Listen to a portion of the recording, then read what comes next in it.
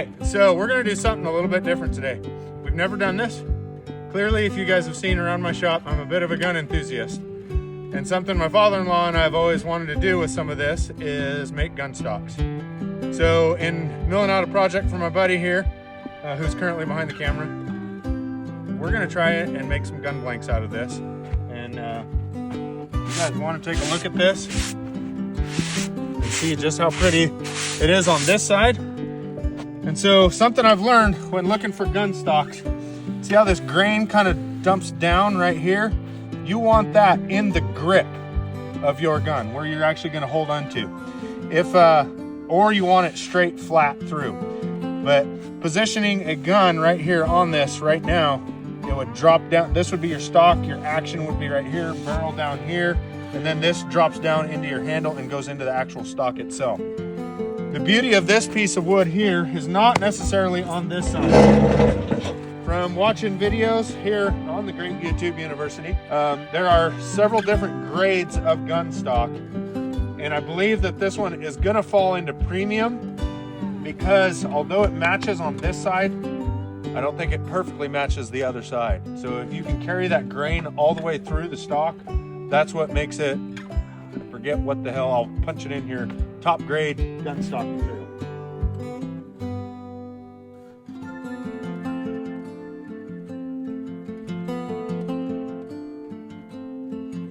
But I want to flip this over and show this to you guys. This is that piece that you see. Where'd the scraper go? If we could have carried this through to turn this into the buttstock right here of a rifle, and this grain pattern right here would have carried through, this is the kind of material that makes $10,000 to $30,000 shotguns and rifles, guys. So we're gonna go on ahead and slab this into something with trying to preserve this piece right here, because essentially this is the high dollar piece. And somebody's gonna shoot me for saying this, but I just might make this on and put it on my Ruger 1022.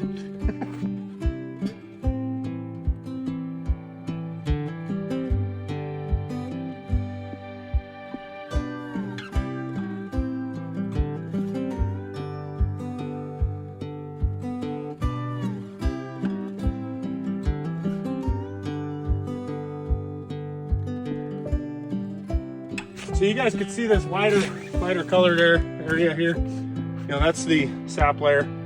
We're gonna try and get that cut out. What we're really focusing on here, and we're probably gonna way oversize this, is to keep this, I forget what the hell they call it, I'll look it up and post it here. Keep this grain right here into this, because this is where our grip is gonna be, and then down into this. And I think we're gonna go on ahead and bring it down just a touch more to get out of that white wood. Actually, no, we'll probably leave it there because that's gonna get sanded out regardless, because that, you know, that'll be cut out. So, yeah, we're gonna make this cut.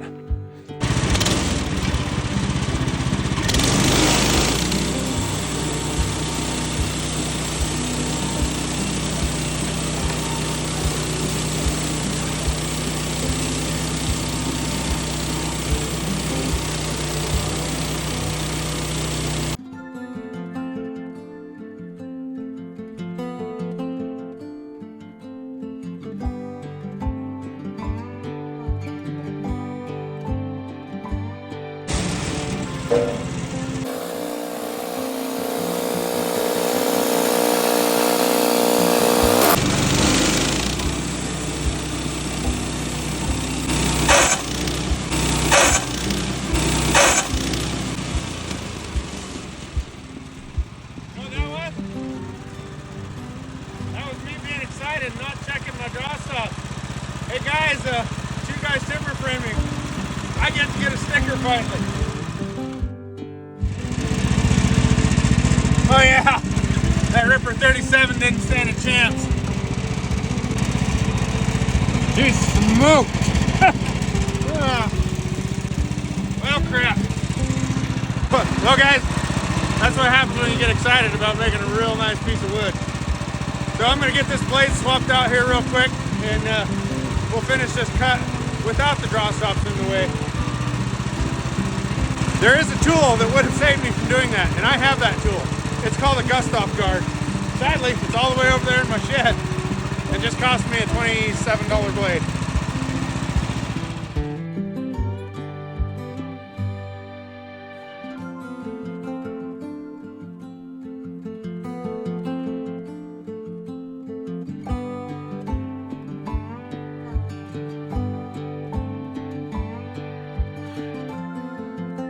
Probably the fastest blade change you ever seen, but we had some hiccups along the way.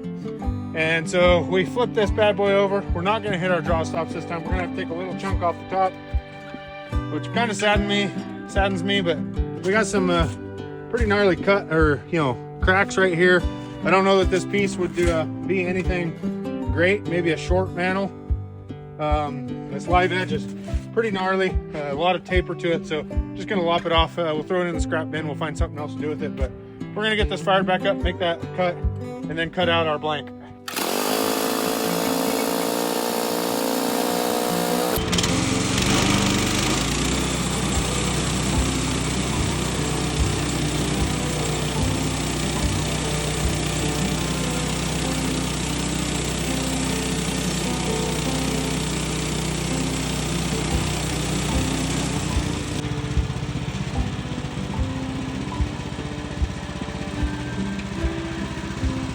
How many teeth you think are still in that wood?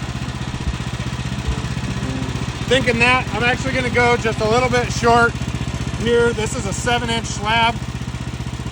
I'm gonna go down just a touch because as many as those teeth broke off, there might still be some in that wood, and I don't want to tackle a brand new blade on that.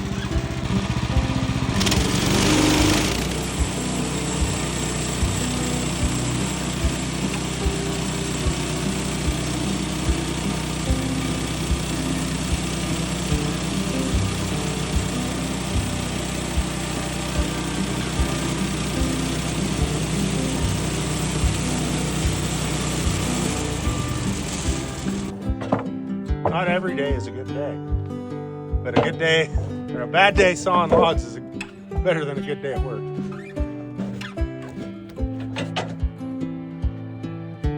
Let's have a look-see at our final product here. That is going to be absolutely beautiful. The gun can lay right into that, and it'll go right down into the grip, taper off. We'll get this into the shop and we'll lay a gun on it and do a trace. Hopefully YouTube doesn't see that as bad juju. Maybe I'll use an airsoft gun or a BB gun. That's what I'll use, a BB gun, because I don't need a channel strike. So yeah, that right there is what you're looking for. Absolutely beautiful. So we took about a 12-foot walnut log. My buddy needed some 3x3s and a couple 1x8s. So we got those made for him. And I'd like to introduce you to him right here. The gentleman's name is Tim. Hello. And if you guys don't recognize this ugly mug, he is the YouTube page Stars Adventure Freedom. So go on ahead, head over there, check them out, give them a like. They tour around the Pacific Northwest camping in their teardrop and showing off the cool campgrounds we have around here.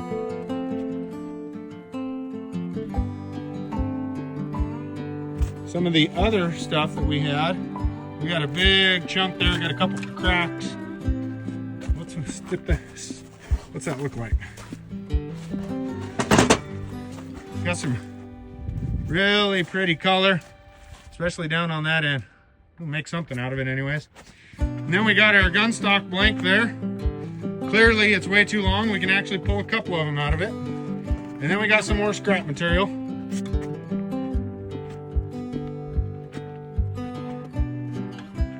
That we can do something with. All right, so we laid this gun on here. This is a Remington Model 788. And I'm gonna just kind of trace around it real quick, like to give you guys an idea of what a gun stock will look like on the wood itself. Clearly it's got all the accessories for a good coyote hunt. This is a 22-250. We're leaving the barrel kind of on it as far as on the wood goes. So when you pop out here, you get the general layout of what your gun is going to look like, and you see how the grain right here drops down into the grip. This is what we're calling the grip, this piece right here. When milling a gun stock, if you can get that to happen and then have your pretty piece down here, that's what makes a high dollar gun stock. So I'm gonna actually lay the old Marlin 17 HMR over here and see if by some chance we can't pull multiple pieces out of this. And what I'm looking at is I'm trying to catch that grain in the grip again. And the reason, the number one reason why you want that is because that is the weak spot on a gun when the recoil transfers through the action down into here. If a gun's gonna break for a poor stock build, this right here is where it's gonna be. Number two is up here in the forend itself, will explode. I've actually had that happen on an old 7mm BAR.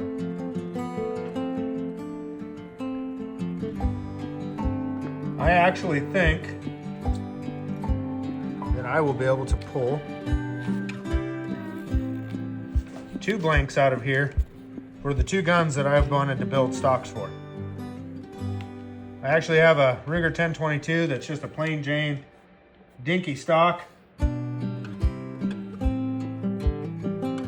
Can't get between the scope, so.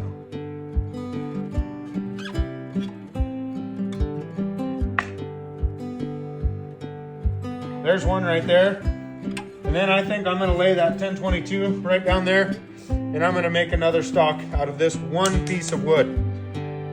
This one piece of wood has 3 different grades of gun stock in it. One will be a plain, one will be probably like a medium, and I will post those in here, what the actual quality is. And although this one is damn near perfect, when we flop it over to the other side, we just don't get the carry through of the grain all the way through. Will it be super pretty? Yes.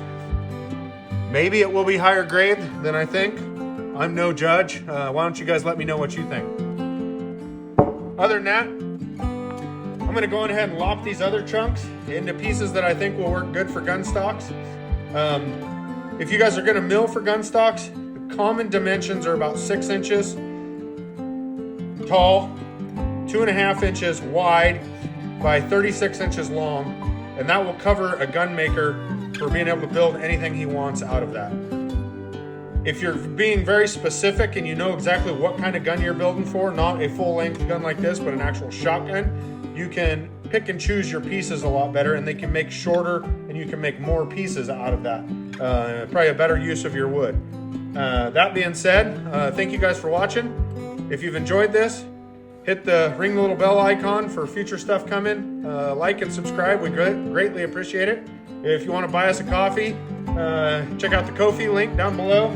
And if you want a gun stock, shoot me a message. We can make you something.